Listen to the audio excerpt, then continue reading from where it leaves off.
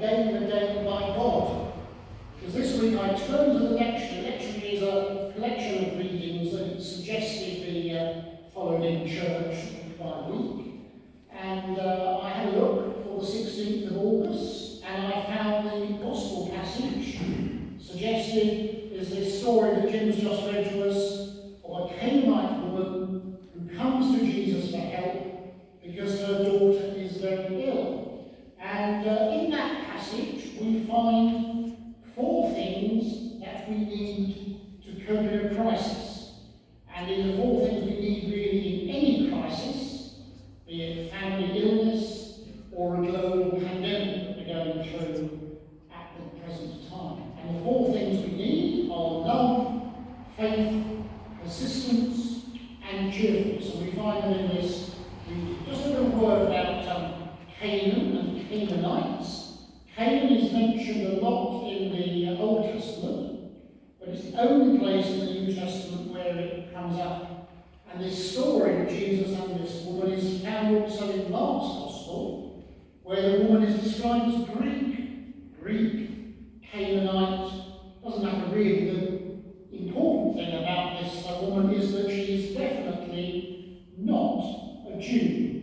Although Jesus says in verse 24, I was sent only to the lost sheep of Israel, he had of course come to be the Saviour of the whole world. And this reading is one of the hints of that we have in the New Testament. Jesus hadn't come just for the Jewish people, he'd come to bring salvation to the whole world. And so we see in this reading 4 qualities this woman possesses. First of all, and most importantly, she had love.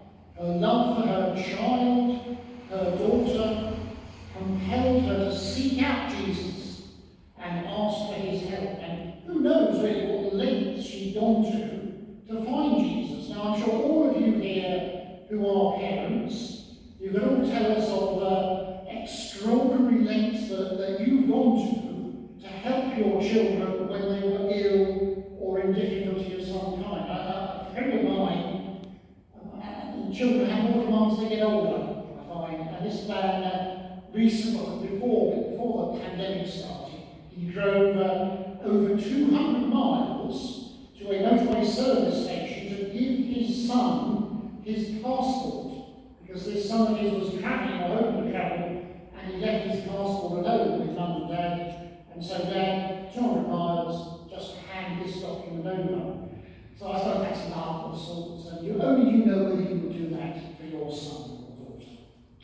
But it is love, not only for our immediate families, but a general love for all people that has helped us, that has helped the nation, helped the world to respond to coronavirus.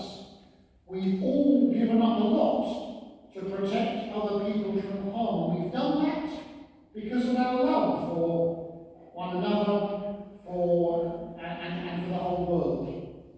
You may have heard that last week the local authority in Preston, Lancashire, they had to have a local lockdown because there was a spike in cases, and they used the slogan, "Don't kill Granny," which is a bit striking perhaps, but they were trying to get younger people to comply with restrictions, bearing in mind that older people are more vulnerable to the virus than the young. So that was an appeal, don't kill Granny, trying to ask people not to harm someone they love.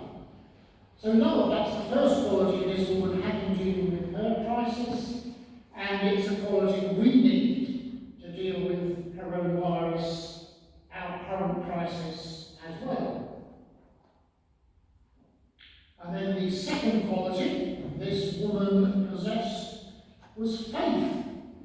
It's worth noticing that it was a faith that grew as she had contact with Jesus. It grew as she experienced Christ. She began in verse 22 by calling him Son of David. That was a title which looked on Jesus in terms of earthly power and glory. She came asking for help from someone who she thought was a great and powerful man. But after she's met with Christ, she's encountered him, she's calling him Lord. We see that in verse 25 27. Jesus compelled her to look at himself, and in him she saw something that couldn't be expressed in earthly terms at all, because it was nothing less than divine, because Jesus was a man, but he was also divine, the Son of God. And that's what Jesus wanted to awaken in her before he granted her request. He wanted her to see that the request of a great man must be turned into a prayer to the living God. We can see this woman's faith growing as she is confronted with Christ, until she realizes, however incompletely, who he is. So she had a faith that grew, and she had a faith that worshipped. She began by following. She came to Jesus, and then she ended on her knees. She began with a request in verse 22, and she ended in prayer, verse 25, Lord, help me. And when we come to God, we should begin with worship, thanking him for all that he has done for us. Tell out my soul. Even in this time of coronavirus, well, we've all got a lot to put up with, let's be honest, but there is still a lot we can thank God for and praise him for. And only when we've done that should we turn to ourselves and our own needs.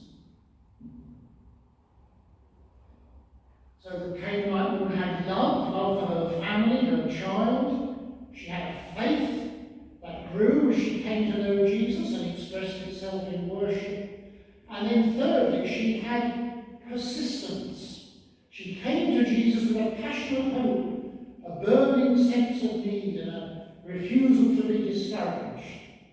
Sometimes our prayers, I suspect, if we're honest, they're a bit routine. We're going through the motions.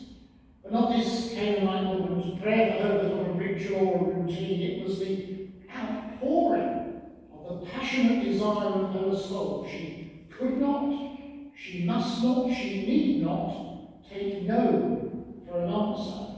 And there's a message for us here about being persistent in prayer.